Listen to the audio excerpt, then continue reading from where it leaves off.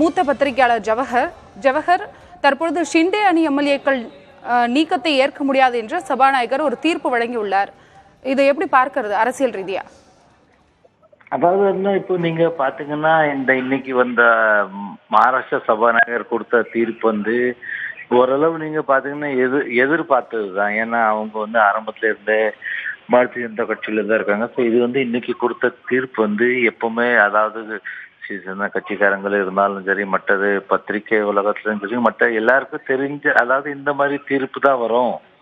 So இது ஒரு expected சொல்லலாம். அதாவது இது எதிர்பார்த்த தீர்ப்பு தான். ஏன்னா அவங்க முந்த நாள் சபாநாயகர் ஏற்கனவே முதலமைச்சரை பர்சனலாக சந்திச்சு பூரா ஒரு மணி நேரத்துக்கு மேலே அவங்க இது பற்றி பூரா விமர்சனம் பண்ணியிருக்காங்க. ஸோ இன்னைக்கு தீர்ப்பு ஒரு பெருசா ஒரு அதிர்ச்சியான இதுக்கெல்லாம் வாய்ப்பு இல்லை. ஏன்னா அவங்க நாலு தான் ஆரம்பத்துல டிலே பண்ணிட்டு இருந்திருக்காங்க. இப்போ நேற்று கொடுக்க வேண்டிய தீர்ப்பு இன்னைக்கு கொடுக்காங்க.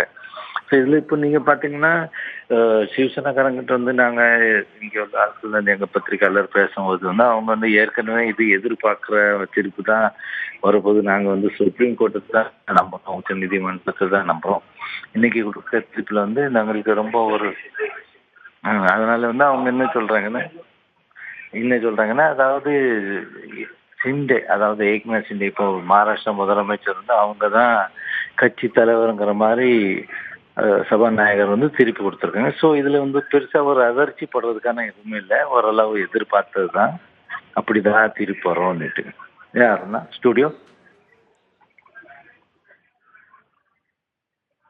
ஜவஹர், இது அரசியல் ரீதியாக என்ன தாக்கத்தை ஏற்படுத்தும்?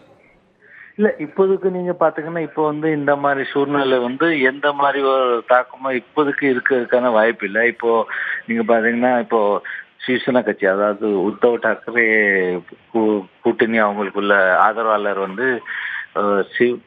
சுப்ரீம் கோர்ட், அதாவது உச்ச நீதிமன்றத்தை என் பிறகு நாளைக்கே அப்பீல் பண்ணி அதுக்கு என்ன பண்ணலாங்கிற மாதிரி ஒரு விமர்சனம் பண்ணுவாங்க. ஸோ இன்னைக்கு கொடுத்த தீர்ப்புல மகாராஷ்டிரா ஆட்சியகம் சரி, ஓவரால் இந்த மாதிரி அரசியல் எந்த மாதிரி ஒரு மாற்றத்துக்கான வர்றதுக்கான இன்னைக்கு வாய்ப்பு இல்லை. அவங்க கோர்ட்ல உச்ச நீதிமன்றத்துல அப்ரோச் பண்ண பிறகு அங்கே உள்ள நீதிபதி என்ன கொடுக்குறாங்களோ அதை வச்சுதான் கொஞ்சம் ஏதாவது மாற்றம் எதிர்பார்க்கலாம். இன்னைக்கு கொடுத்த தீர்ப்பு இந்த மாதிரி ஒரு மாற்றம் ஆகிறதுக்கான வாய்ப்பு இல்லைங்க மகாராஷ்டிரா அரசியல் ரீதியா. ஸ்டுடியோ இணைப்பில் உங்கள் கருத்துக்களை பகிர்ந்தமைக்கு நன்றி திரு ஜவஹர்.